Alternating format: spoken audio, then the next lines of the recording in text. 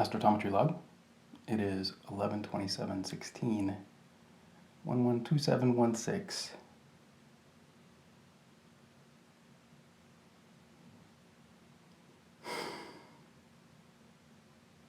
As I try to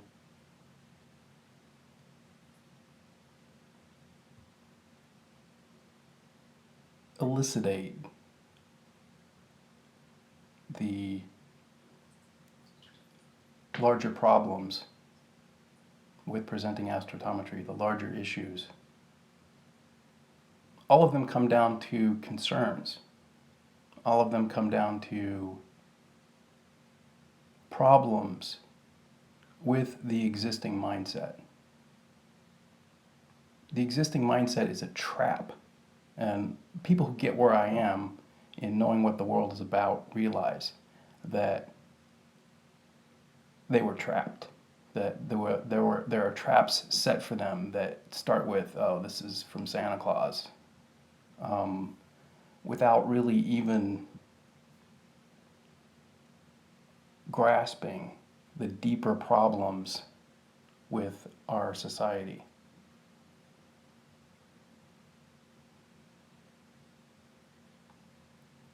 And I realized that what I just said doesn't make a lot of sense if you take it on the surface.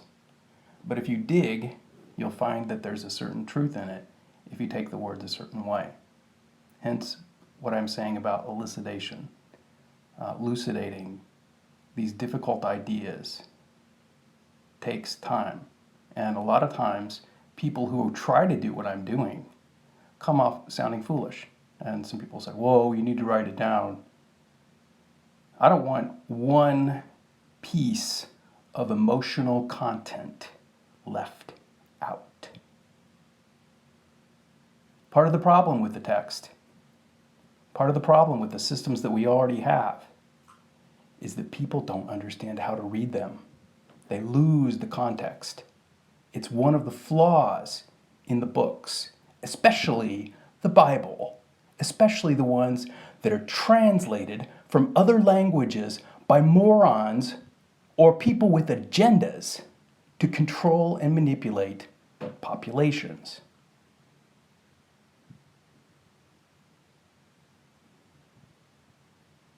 And so I don't want one iota of emotional content left out of this. When I first got on YouTube, not long after, new systems were coming in place that would take the video, run them through a speech-to-text converter, and post videos on alternate sites, embedding the existing video with the text transcript, including all of the transcribing errors. And so my videos were being transcribed into text that took every bit of context out. Every bit of emotion, every bit of historical connection out. This is a problem. This is a huge problem with presenting something like astrometry. And the best, metaphors for it come from the fascist set that compares their situation to the Planet of the Apes. You can't reason with these apes. So why bother? You run into these problems. You look at the historical context of that series, The Planet of the Apes. It was a sort of continuation of One Flew Over the Cuckoo's Nest with the same characters. The Beat Poets, Ken Casey, found himself in this situation after realizing all of these things about the nature of the world. And this is the real reason that the government made LSD illegal. They made it illegal because of the things they discovered about it. Not because that it makes you crazy, because it allows you to see the world in different ways. Now, the people who experimented on me, those people knew about these other things. They knew what to look for. And when I independently verified a lot of their previous reports on some of the effects, this changed the whole game, if you will. And there's this part in the movie Contact where this character that they added to the video, this Haddon character, says that the powers that be are falling over themselves, preparing for the game of the millennium. And that's what's happening. That's what's going on. And the people who did these sort of experiments here at the university, the people that were watching the sorts of things that I was doing in order to try to figure out, what about what I'm saying is right and what about what I'm saying is wrong, difficulty articulating it aside, those people were put in very awkward situations, very awkward positions, the ones who were honest. Now, the ones who were dishonest, the ones who allowed them to believe the party lines on everything, are now in the worst situations personally. They're in personal compromise. They've compromised, and they have to compromise. They have to keep compromising in order just to basically stay where they are, because compromise has become a part of their life. They have to compromise what they say. They have to compromise what they do. They have to compromise who they are, many of them. Their very names, their very identities, their occupations, their history, their family, all erased. Like I've said before, I have very, very little sympathy for you people under the circumstances. Having chosen the hard path, having experienced what happens when your government decides that, oh, well, what you learned is our property.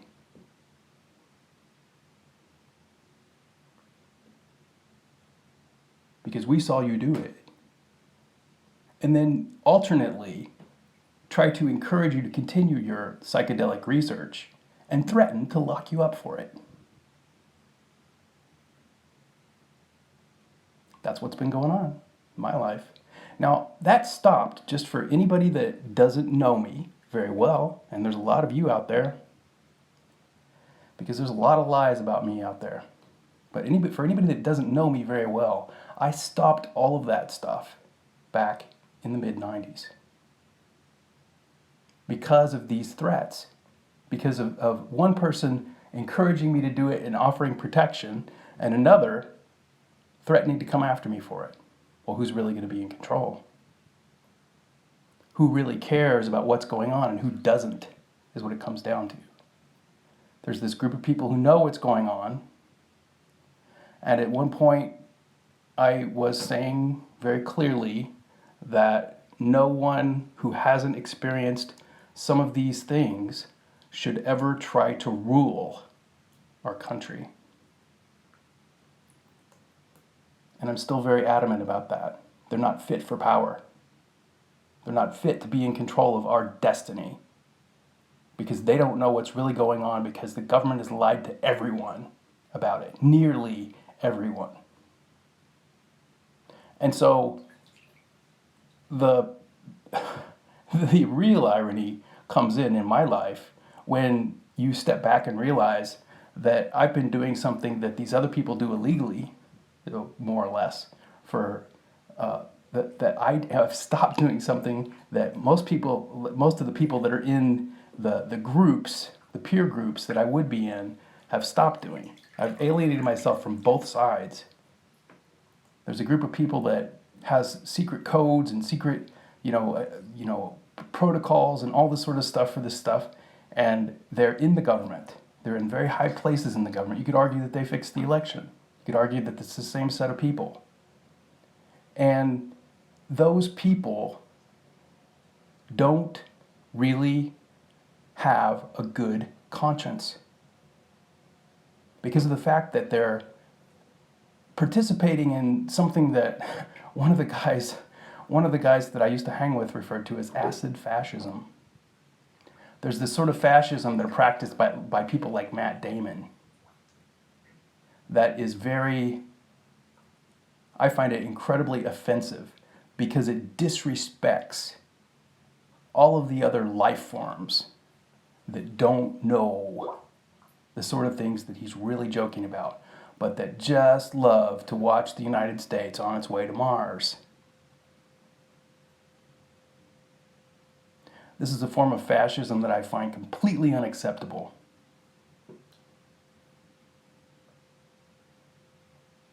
And those dark journeys that our society has been taken on by the directors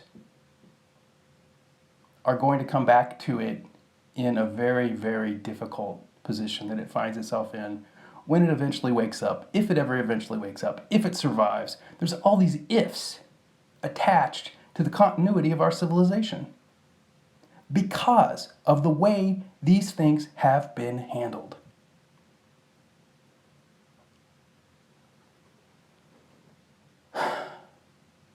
Albert Pike predicted that the atheists would go to war with the Christians. And I think it's been the agenda of the Masons to make that a prophecy. And what they're doing with the moon landing fraud is very, very delicately and tacitly taking away the truth about the nature of the heavens. They're covertly subverting the very nature of the soul, to the point that these people who are invested in these stories have lost touch with it. And so they, naturally become atheists, sort of encouraged almost, so that they'll go wipe out the Christians. And I think this is very interesting, the way these factions war and how these things have gone on. Pike was an idiot. He was a savant, but he was also an idiot. There's a difference between an idiot savant and a savant. Most people don't even realize there's a difference. Some people don't even know what a savant is. But not all savants are idiots. And not all polymaths can do long division. And they don't know the difference between arithmetic and mathematics. But they want the math for astrometry nevertheless. And they want the math on the ICSI architecture. And when I talk about the math for astrometry, I'm not just talking about the algebra, or what would be a replacement for algebra that is probably going to be necessary to describe it coherently. It's going to probably require a new form of mathematics that is based on cycles rather than on scalar and quantities. You can't describe it in a scalar way because our concept of scale is attached to our concept of dimension. And there's too many dimensions in reality to allow for a scalar system to describe it properly. And this is stuff I've already said before, so this isn't any new information. But I just want to hit the nail on the head for anyone who is still on the fence about whether or not there's real issues here in the scientific world, because it's clear that those people are out there. And I've been taking a lot of heat, covert heat, for a very long time on these things. There's people who thought that the earthquake forecasting was a complete fraud, that they thought it was, being engineered as one of these other false flag things that, is being pumped up in the media and a part of this psychotic stuff that goes on the media. And honestly, I don't know where that line is. I don't know completely where that line is. I know that, I believe that some of the events were actually faked. I don't know which, I don't know how, I don't know the details about that. But if you look at my record, it's really, pretty clear that there's a correlation between the large quakes that were reported and these solar disturbances.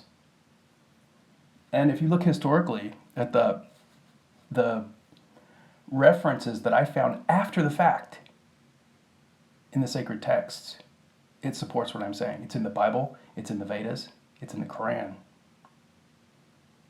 It's in the Treatise on Cosmic Fire, elucidated excellently by Alice Bailey, who's, whenever you see a female prophet, it's always a proxy.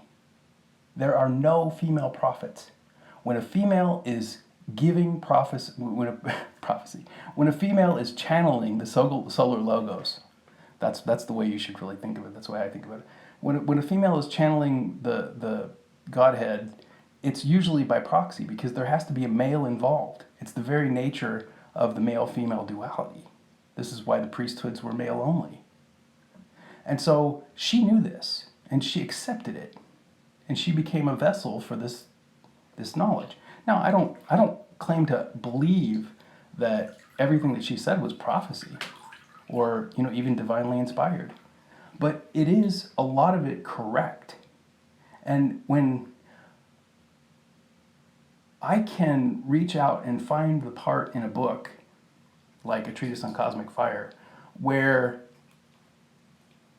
there is a description of the correlation between magnetism and earthquakes, between electrical activity and seismic activity, I know that it's true. There's this part of me that I learned to get in touch with that is able to discern the truth physically, in a physical way. There's a physical truth to the nature of reality. And this is the biggest problem with the people who fall out with it. The people who fall out with the nature of the soul lose touch with their soul. It's that simple. They don't feel it. They don't experience it. And the Christians learned a methodology of tricking their followers into believing their soul was the voice of a certain prophet, and so did the Islams, so did the Muslims. And so they worship these personas, the Jesus and the Muhammad, because their religious fathers, and this is, they love to hear this. I mean, I'm on neither side, right? So, I have very few friends here. But they both, the atheists, the people that think that they're crazy, a lot of times become my best friends because they can understand the scientific understanding of the nature of consciousness. If I can elucidate it for them, if I tell them the nature of consciousness, if I say, well, your consciousness can connect to other consciousnesses. And if there's this place where all of these people over the years have dwelled in the love of Christ, or in the devotion to Krishna, or in the love of Muhammad, whatever, those places are there in the Akasha that you can tap into and experience. Those experiences are real. But they're real because of the people who devoted themselves to it. They're real because of the energy that still exists from the people who followed those faiths. And so it's a trick. It's a trick of consciousness. And this is one of the things that someone who experiences psychedelics learns. And this is something that the Catholic Church kept secret for a very long time. And it was uncovered in the 60s when these people started experiencing this, when they started experimenting with their own consciousness. They came to understand the nature of these mechanisms. And the mechanisms are real. But a lot of times the religions are a form of self-delusion. Or just delusion in general. And so it's a very complicated sort of shift in paradigms that I think the world needs to undergo. But presenting the details of the implications of astrotometry, the math on the day-to-day, it's just not going to happen. And it's sad. It's very sad. There's a lot of people that would love to see it happen. It's very similar to things like yoga and different sorts of practices. But it involves a more grounded, more tangible, more scientific, more rational approach to the concepts involved that involve a saner understanding of the world that isn't entangled in these delusions of balls that are spinning at thousands of miles per hour, yet That spin doesn't disturb the water on the surface. Yep, it's delusion. Mass delusion. And the people who have indoctrinated and continue to reinforce the indoctrination of those delusions are going to pay with their souls. That's just simply the way it works. I don't have to do anything. I'm just saying it how it is. You don't get in touch with it, you don't get to use it. It's that simple.